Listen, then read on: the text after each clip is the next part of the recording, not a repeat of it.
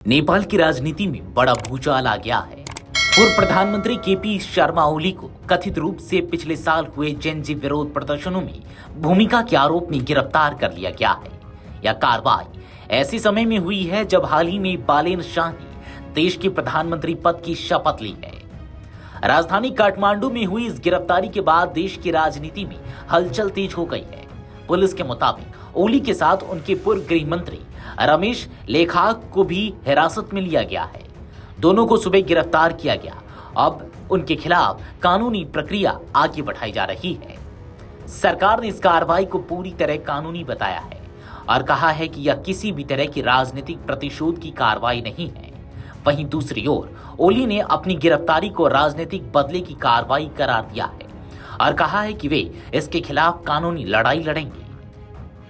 दरअसल ये पूरा मामला पिछले साल सितंबर में हुए जेनजी विरोध प्रदर्शनों से जुड़ा है।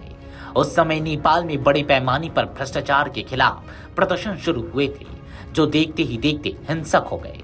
2 दिनों के भीतर हुई हिंसा में 70 से ज्यादा लोगों की मौत हो गई थी, जिससे पूरे देश में आक्रोश फैल गया था। इन घटनाओं के बाद तत्कालीन सरकार की भूमिका पर गंभीर सवाल उठे और अंततः ओली सरकार को सत्ता से हटना पड़ा। इस मामले की जांच के लिए गठित उच्च स्तरीय आयोग ने हाल ही में अपनी रिपोर्ट सौंपी। रिपोर्ट में कहा गया कि उस समय शीर्ष स्तर पर प्रशासनिक और राजनीतिक लापरवाही हुई, जिसके चलते हालात बेकाबू हो गए। आयोग ने ओली, रमेश लेखाक और कई अन्य वरिष्ठ अधिकारियों को इसके लिए जिम्मेदार ठहराया। रिपोर्ट में दोषियों के खिलाफ सख्त कार्रवाई की सिफारिश की गई है, जिसमें अधिकतम 10 साल की सजा तक का प्रावधान शामिल है। नई सरकार ने इस सिफारिश को लागू करने का फैसला लिया, जिसके बाद यह गिरफ्तारी हुई है। नई सरकार के गृह मंत्री सुदुन गुरुङ ने साफ कहा कि कानून से ऊपर कोई नहीं है।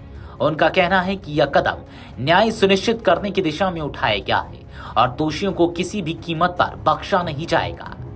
उन्होंने यह भी संकेत दिया कि आने वाले दिनों में इस मामले में और गिरफ्तारियां हो सकती हैं। जांच आयोग ने केवल राजनीतिक नेताओं ही नहीं बल्कि प्रशासनिक अधिकारियों की भूमिका पर भी सवाल उठाए हैं। रिपोर्ट में नेपाल पुलिस के तत्कालीन महानिरीक्षक चंद्र कुबेर खापुंग का नाम भी शामिल है, जिनके खिलाफ भी कार्रवाई की सिफारिश की गई है।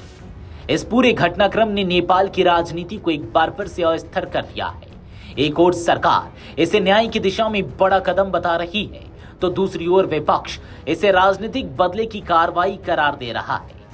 अब सबकी नजरें इस बात पर टिकी हैं कि अदालत में यह मामला किस दिशा में जाता है और क्या यह कार्रवाई नेपाल में कानून के शासन को मजबूत कर पाएगी या फिर राजनीतिक विवाद और गहरा जाएगा। Video desk अमरउजाला.com।